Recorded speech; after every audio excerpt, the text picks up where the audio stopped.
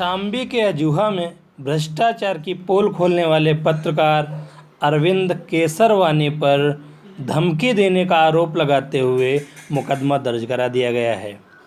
यह मुकदमा अरविंद केसरवानी पर नहीं, पत्रकार और उसकी स्वतंत्रता पर हमला है।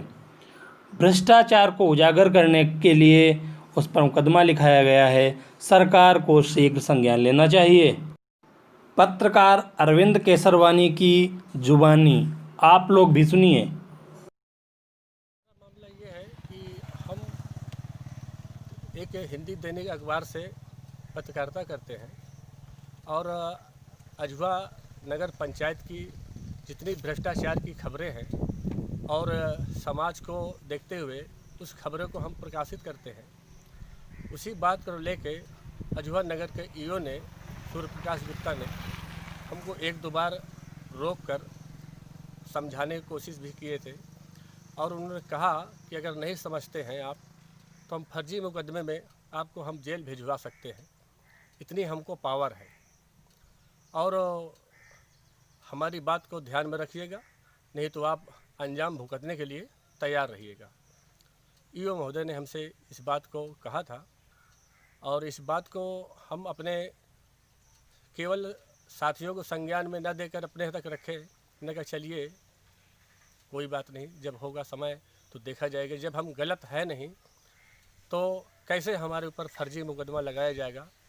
लेकिन कल वही हुआ जो हमको उसने धमकियां दी थी, उसी बात को लेकर, उसी खबरों को लेकर उसने हमको फर्जी मुकदमे में फंसाया और जो धमकी दिया तो वो सच किया उसने। और जो कि मैं अजूहा नगर पंचायत के वार्ड नंबर 11 नेता नगर का निवासी हूँ। मैं एक बहुत गरीब परिवार से बिलोंग करता हूँ। मेरे छोटे छोटे बच्चे हैं, नवनिहाल 2 बिटियाँ हैं मेरे पास। और अगली बार भी कुछ रईसजादों ने और कुछ जिम्मेदारों ने मुझे षड्यंत्र के तहत फंसाकर जेल भिजवा दिया था। हालांकि हाई कोर्ट के आदेश पे मैं रिहा हुआ, बेल पे आया और अभी 17 तारीख को ही मैं आया था और 3 महीने मुझे हुए हैं और फिर षड्यंत्र के तहत मुझे धमकियां देने के बाद फिर फंसाया जा रहा है। और मैं अगर गलत हूँ तो मुझे सज़ा मौत की दी जाए, अगर गलत नहीं हूँ तो मेरे साथ इंसाफ किया जाए। मैं बहुत गरीब हूँ और नगर ईओ से एक बार नहीं कई बार मैं प्रधानमंत्री आवास के लिए कहा भी, अप्लाई भी किया। आज भी मेरे घर पे पन्नी और तिरपाल डाल के मेरे बच्चे निवास करते हैं। मैं किसी तरीके से अपने बच्चों का पालन पोषण करता हूँ। मैं बहुत ही तंग, बहुत ही परेशान हूँ और हो सकता है मुझे अब यही लगता है कि जीने की इच्छा भी नहीं होती, मुझे लोग जीने नहीं देना चाहते। मैं अपने आप को सुधरना चाहता हूँ कि सुधर के मैं एक अच्छा इंसान बन सकूं, अच्छे तरीके से रह सकूं। लेकिन जिम्मेदार द्वारा मुझे आए दिन धमकियां दी जा रही है, फंसा देंगे, मर्डर करा देंगे, ऐसा करेंगे, बहुत धमकियां दी जा रही। हालांकि मैं अपने आप से बस केवल यही कहूँगा, अगर मेरे परिवार के ऊपर कोई बातचीत होती है या मेरे ऊपर कोई बातचीत होती है तो अजूहा के ही जिम्मेदारों की ही पूरी जिम्मेदारी होगी। 2 बार मुझे धमकियाँ मिल गई। एक बार पहले 3 साल पहले धमकी मिली थी और फिर अभी फ़िलहाल 5-6 दिन पहले फिर 2 बार धमकियाँ ईओ ने खुद दिया मुझे। और जो कि अगर प्रधानमंत्री ये राशन फ्री ना बंटवाए तो मेरे बच्चे भी भूखे मरते, ये मेरी दशा थी। और मैं गरीब हूँ बस, और क्या कहूँ। मुझे षड्यंत्र के तहत फंसाया जा रहा है। मैंने कोई ऐसी हरकत नहीं की।